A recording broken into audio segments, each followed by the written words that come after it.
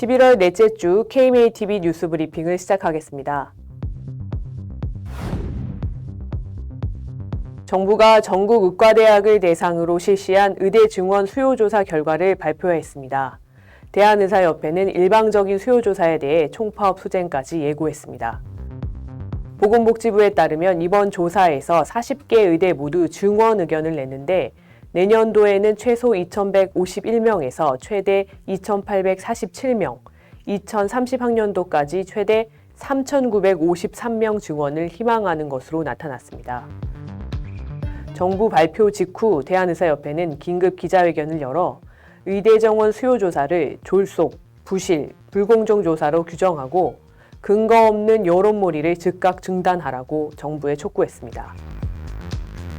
의협은 객관성이 담보되지 않은 데다 아직 확정되지도 않은 숫자를 일방적으로 발표해 우리 사회에 큰 혼란을 가져왔다고 지적하고 주먹구구식 의대 정원 확대는 우리나라 의학 교육과 수련의 질을 크게 떨어뜨릴 것이라고 비판했습니다. 또 적정 의대 정원 분석은 의사의 수급과 의료 서비스의 질에 미치는 영향, 인구 구조 변화, 의료 기술 발전, 의료 제도의 변화 등 다양한 요인들을 고려해 종합적이고 신중하게 진행되어야 한다고 강조했습니다. 특히 정부가 의대 정원 정책을 일방적으로 강행할 경우 14만 의사들의 총의를 모아 의료계 총파업도 불사할 것이라며 지난 2020년보다 더욱 강력한 투쟁에 마주하게 될 것이라고 경고했습니다. 의학단체들이 실손보험 청구 간소화법에 대해 위헌 소송을 예고했습니다. 대한의사협회를 비롯해 병원협회, 치과의사협회, 약사회 등 4개 단체는 17일 공동 기자회견을 열고 지난달 3일 국회를 통과한 보험업법에 대한 위헌 소송을 검토하겠다고 밝혔습니다. 또 객관적이고 중립적인 중개기관과 전송 대행기관을 선정해 발생 가능한 부작용을 최소화해야 한다고 주장했습니다.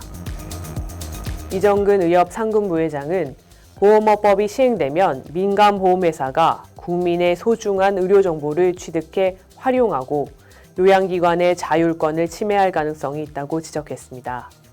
이미 의료정보 전송 사업을 하고 있는 핀테크 업체들 역시 의학단체들과 한 목소리를 냈습니다. 대한의사협회가 회원 자율 규제 강화를 위해 적극 나서고 있습니다. 의협은 16일 상임이사회에서 전문가 평가제 시범사업 추진단과 자율정화특별위원회 위원 재구성 안건을 의결했습니다. 의협은 의사들의 품위 손상 행위와 의료윤리 위배 행위에 대해 상호 모니터링과 평가를 지속해 나갈 것이라고 밝혔습니다. 또 의료계의 자정활동을 보다 실효성 있게 추진해 나가고 의료인 단체로서의 자율규제 기능 확보의 토대를 마련하겠다고 밝혔습니다. 전문가 평가제 시범사업 추진단장은 양동호 광주광역시 의사회 의장이, 자율정화특별위원회 위원장은 김종구 전라북도 의사회장이 각각 맡습니다. 앞서 의협은 가칭 대한의사면허관리원 설립 추진단 위원도 재구성했는데요. 의사면허관리 권한을 정부에서 의협으로 이관하기 위해 의료법 및 의협 정관을 개정하고 운영체계를 마련하는 작업을 추진 중입니다. 일본과 우리나라의 초진료 차이가 매우 큰 것으로 나타났습니다. 대한의사협회 의료정책연구원 보고서에 따르면 일본의 경우 2022년 기준으로 초진료가 의료기관 종별에 관계없이 28,899원인데 비해 우리나라는 의원급 17,320원, 병원급은 16,650원에 불과합니다. 특히 일본은 6세 미만 소아 환자에 대해 기본 초진료 26%, 일요일과 공휴일 127%, 심야 시간 241% 등 다양한 가산율을 적용합니다. 우봉식 의료정책연구원장은 일본의 수가체계는 제한적인 의료자원을 효율적으로 운영하기 위한 다양한 가산 등 정책적 수단들이 담겨 있다며 의료기관들이 수가체계에 따라 진료에만 전념하면 자연스럽게 진료의 효율성이 제고될 수 있도록 설계돼 있다고 말했습니다. 연간 의료급여 진료비 중 약 절반이 노인 환자에게 투입되고 있는 것으로 나타났습니다. 국민건강보험공단과 건강보험심사평가원에 따르면 지난해 의료급여 환자의 총 진료비는 10조 3,352억 원이었는데 이 중 65세 이상 노인 진료비가 5조 2,610억 원에 달했습니다. 전체 의료급여 환자 중 65세 이상 노인은 약 41%지만 급여비 비율은 52.4%를 차지했습니다. 급여비가 가장 많이 지급된 질환은 알츠하이머병에서의 치매로 총 5,043억 원이 투입된 것으로 나타났습니다. 치료 건수로는 고혈압, 코로나19, 치과질환, 등통증, 제2형 당뇨병 순이었습니다. 우리나라 암 환자 생존율이 세계 최고 수준이라는 평가가 나왔습니다.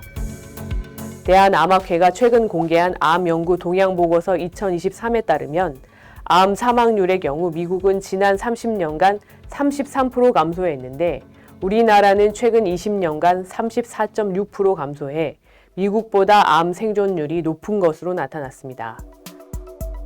암학회는 우리나라는 암 진단부터 치료 모두 의료 선진국 반열에 올랐다고 평가했습니다. 또 우리나라의 높은 암 생존율은 암 진단 및 치료 기술의 발달과 검진률의 향상으로 암의 조기 발견이 가능해진 데 따른 것으로 보인다고 밝혔습니다. 학회에 따르면 우리나라는 미국, 중국, 프랑스 등에 이어 전 세계 암 임상시험 진행률 8위에 올라 있고 위암, 간암 임상시험은 세계 3위 수준입니다. 의료계의 반대 속에 국회를 통과한 일명 의료인 면허 취소법이 시행에 들어갔습니다. 20일부터 시행된 의료법 개정안은 의료인이 금고 이상의 형을 선고받으면 범죄 구분 없이 면허가 취소됩니다. 그러나 적용 범위를 제한해야 한다는 논의가 벌써부터 진행되고 있습니다. 국민의힘 최재형 의원이 발의한 개정안은 의료인 면허 취소 사유를 특정 강력범죄, 성폭력범죄, 아동 청소년 대상 성범죄 등으로 한정했습니다.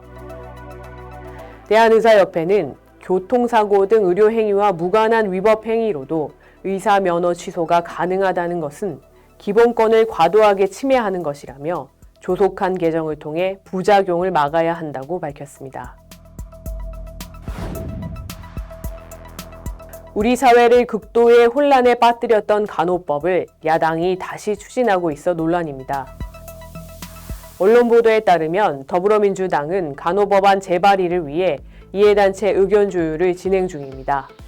야당이 재추진하는 간호법안에는 문제가 됐던 지역사회 문구, 간호조무사 학력 제한 등의 기본 취지가 여전히 담겨 있는 것으로 알려졌습니다. 간호법을 저지했던 14개 보건복지의료연대는 비판의 목소리를 내고 있습니다. 연대 관계자는 간호법이 다시 발의되더라도 또다시 갈등을 겪다가 폐기되는 수순이 될 가능성이 높다며 쟁점 사안이 해결되지 않은 상태에서 재차 간호법이 다시 나오는 것은 정치적 계산이라고밖에 볼 수 없다고 지적했습니다. 수술 전후에 환자를 심층 진찰하고 상담하는 사업이 진행 중인데요. 이를 계속 유지해야 한다는 의료계 목소리가 높습니다. 2018년부터 시작된 수술 전후 교육상담 시범사업은 백내장 등 15개의 외과 질환을 대상으로 환자에게 심층 진찰과 체계적인 교육 상담을 제공하는 사업입니다. 사업 시행 이후 환자 만족도가 95% 이상으로 나타났고 1차 의료기관 이용이 늘어나 의료 전달 체계 개선 효과를 보인 것으로 분석됐습니다.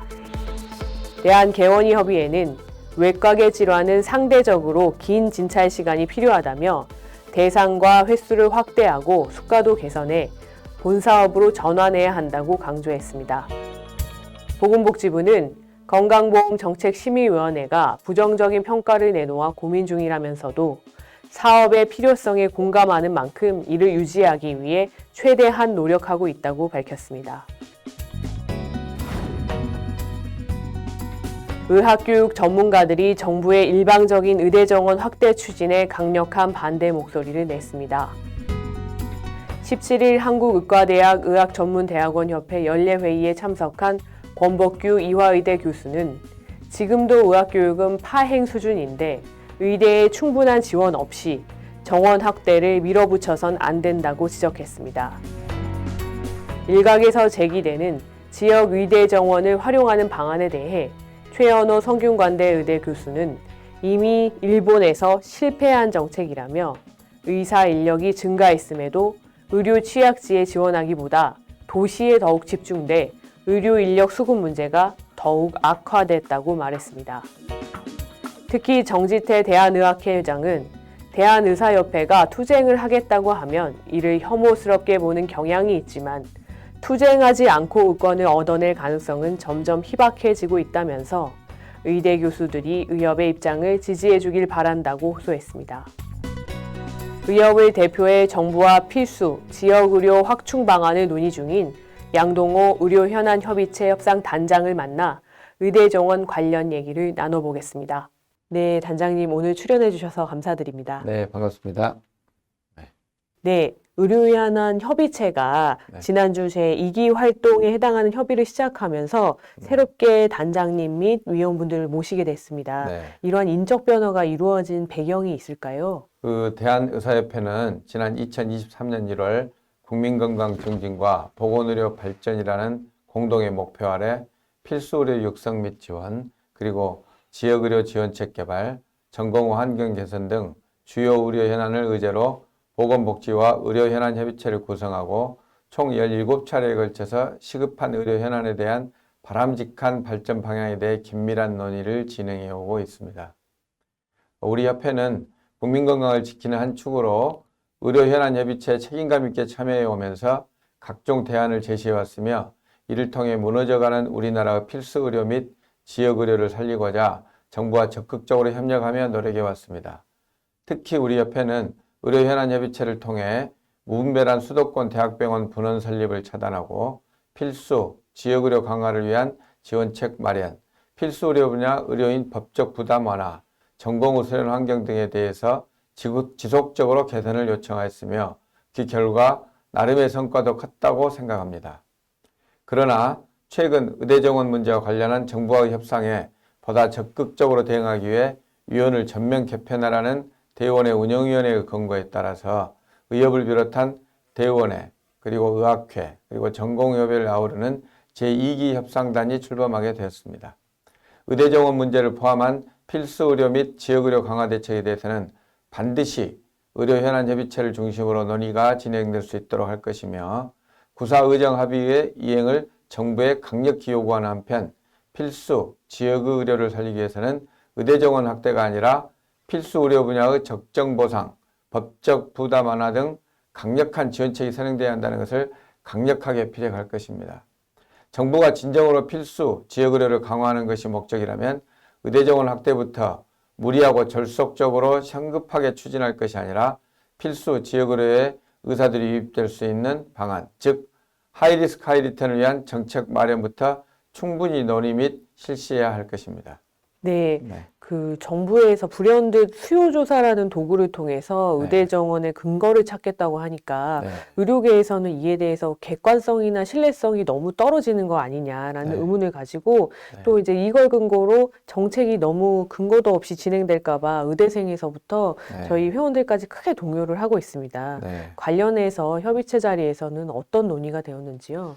최근 정부는 필수 의료 및 지역 의료를 살린다는 명분 아래 필수 의료 혁신 전략을 발표하여 추진하고 있으며 이를 위해 의대 정원 확대를 기정사실화하고 의대 정원 증원 수요 조사를 실시하여 어제 그 결과를 발표했습니다.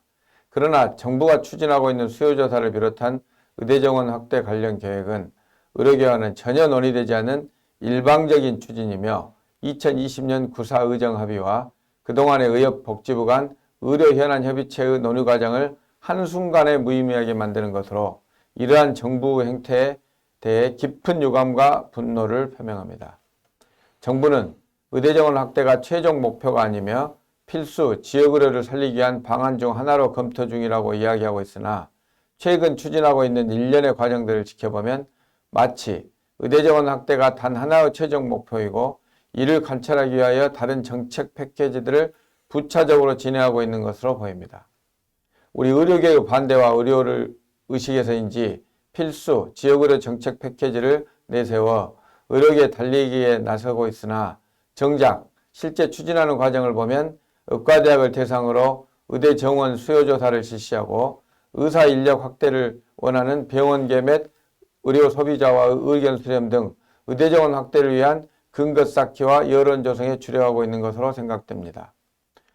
어제 발표한 의대 정원 수요 조사도 그저 의대 정원 확대를 간절히 원하는 의과대학 측의 희망사항을 조사한 것일 뿐이며 의대 정원 확대라는 정답을 도출하기 위한 근거로 사용된 수박 겉핥기식의 조사로밖에 보이지 않습니다. 2025학년도 증원 수요가 최소 2,151명에서 최대 2,847명이며 2030학년도까지는 최소 2,738명에서 최대 3,953명이라는 의대 측의 희망 증원 숫자를 마치 수용 가능한 수치처럼 여론몰이를 하고 있는 것입니다. 대한의사협회는 이해 당사자들의 희망사항만을 담은 정부 이번 의대 정원 수요 조사를 졸속, 부실, 불공정 조사로 규정하고 비과학적 조사 결과를 의대 정원 확대의 근거로 활용하려는 정부 여론몰이를 강력히 규탄합니다. 의대 정원 확대가 정치화되어 가고 있는 상황에서 과연 의과대학을 대상으로 하는 증원 희망 인원 수요 조사가 어떤 의미가 있을지 객관적이고 과학적인 결과로 신뢰할 수 있을지 의문스럽고 단기간의 수요 조사로 과연 의학교육의 질을 담보할 수 있는 교육 역량과 환경, 수준, 재정 등이 충분히 갖췄는지에 대해 제대로 조사할 수 있을지 우려하지 않을 수 없습니다. 이러한 비과학적이고 부적절한 의대 정원 수요 조사를 국가 주도로 조사하고 발표한다는 사실이 개탄스러울 따름입니다. 네, 단장님 말씀하신 것처럼 뭐 정책 패키지로 뭐 증원과 필수를 살리기를 동시에 한다는데 저희가 사실 어떤 패키지나 1+1 이런 거 얘기할 때는 두 가지 다 질이 떨어질 확률이 많아서 그 부분을 굉장히 걱정하지 않습니까? 그래서 저희가 그런 근거가 부족한 부분에 있어서도 많이 걱정이 되는 것 같습니다. 의학교육계에서도 의대 증원과 관련한 큰 우려를 담은 성명서를 여러 발표를 했는데요. 한 목소리로 의료계의 참여와 협의를 통한 대안 마련을 요구하고 있습니다. 이런 상황에서 의료 현안 협의체의 향후 역할은 어떻게 된다고 보시는지요? 의대 정원 문제는 국가 재정 및 의료체계 전반에 큰 영향을 미치는 매우 중요한 의미를 가지고 있기 때문에 신중에 신중을 기하여 객관적이고 과학적인 분석을 통해 의료계 전문가들과의 충분한 검토 후 그 정책 방향을 정해야 합니다. 그러나 정부에서 발표한 의사인력 확충 추진 계획과 수요조사 등의 일련의 추진 과정을 보면 의료 현안 협의체를 통한 의료계의 논의가 이제 막 시작 단계임에도 불구하고 의대 정원 확대를 기정사실로 정해놓고 이를 위해서 여러 절차를 짜맞추고 있는 것으로 보이며 의료계와의 논의는 그저 요식 행위에 지나지 않아 보입니다. 지금과 같이 성급하고 졸속이며 정치적으로 추진된 의대 정원 확대는 부실교육 등 의학교육의 질 저하, 국민 의료비 증가 및 건보 재정 악화, 이공계 및 과학산업 악영향 등 부작용이 반드시 동반될 것이며 미래에 더 큰 재앙으로 다가올 것입니다. 의료계의 이러한 요구를 묵살하고 일방적으로 잘못된 정책을 추진할 경우 그로 인한 피해는 고스란히 국민들의 몫으로 남는다는 것을 명심해야 합니다. 의대 정원 문제는 정치적 입장과 이해타산을 떠나 국민의 생명과 건강, 의대생들의 양질의 교육받을 권리, 우수한 의사인력 양성, 의학교육 체계 및 환경 등을 가장 최우선으로 고려해야 합니다. 대한의사협회는 필수의료 및 지역의료를 살리기 위해 의료현안협의체를 통한 정부와 지속적인 협의를 진행하여 합리적인 방안들이 마련될 수 있도록 최선을 다할 것이며 의료계를 대표하는 전문가 단체로서 우리나라 미래와 국민들의 건강을 위해 합리적인 의사인력 수급 정책이 마련될 수 있도록 노력할 것입니다. 아울러 구사의정합의는 의료계와 정부 약속으로 정부가 의료계와 동의 없이 의대 정원 확대를 일방적으로 진행한다면 의정합의를 파기하는 것으로 간주하고 이에 대한 의료계의 강력한 대응과 투쟁이 잇따르게 될 것임을 강력히 경고하며 구사의정합의의 성실한 이행을 정부에 강력히 요구합니다. 네, 단장님, 지역에서 의사회장 및 대의원의 의장으로서도 리더십을 보여주고 계십니다. 지역 의사회와 대의원의 활동과 관련해서도 비전이나 계획이 있으시다면 회원분들께 한 말씀 부탁드립니다. 네, 광주광역시 의사회는 국민 건강과 또 시민들의 건강과 그리고 또 의사회원들의 권익을 위해서 열심히 노력을 하고 있는데요. 일례를 들면 고래인 마을이 있거든요, 광주에. 그래서 고래인 마을 진료소를 지금 수년째 운영을 하고 있으며 캄보디아에 또 광주 진료소를 세워서 지금 또 운영을 하고 있습니다. 그리고 네팔 사모아라는 지역에 또 광주 진료소를 세워서 광주의 정신인 민주화, 평화, 인권의 정신을 널리 전 세계적으로 알리고 있습니다. 그리고 또 매년 광주 의사의 날 행사를 거행해서 그때 저희들이 회원들의 친목을 도모하고 또 무등의림상을 제정을 했습니다. 그래서 무등의림 봉사상 그리고 공로상, 학술상을 제정해가지고 공로가 있는 회원들에게 수상을 매년 해오고 있습니다. 그리고 또 얼마 전에 대한의사협회와 함께 총선 개입당을 발족해가지고 지금 현재 간호법이랄지 각종 의료학법 등 우리 의사들을 옥죄는 많은 법안들이 지금 발의되고 있지 않습니까? 그 모든 원인이 저희 의사들이 본인의 진료에는 정말 열심히 하는데 의료 정책의 현안이나 정치에 너무 관심이 없는 것 같습니다. 그래서 총선 개혁단을 발족하여 저희들이 의사 회원들의 정치 세력화를 지금 같이 의협과 함께 공조를 해서 도모를 하고 있습니다. 그리고 또한 영호남 화합을 위해서 수십 년간 지금 달빛 동맹을 맺어가지고요. 매년 한 차례씩 골프 운동을 통해서 또 친목을 다지고 있으며 얼마 전 대구의 코로나가 굉장히 창궐했을 때도 광주에서 제가 회장을 했을 때 맨 처음 달빛 봉사단을 꾸려가지고 우리 서정성 지금 종구이사님이 단장으로 해서 가서 대구에 마스크와 함께 의료 봉사를 다녀온 적도 있습니다.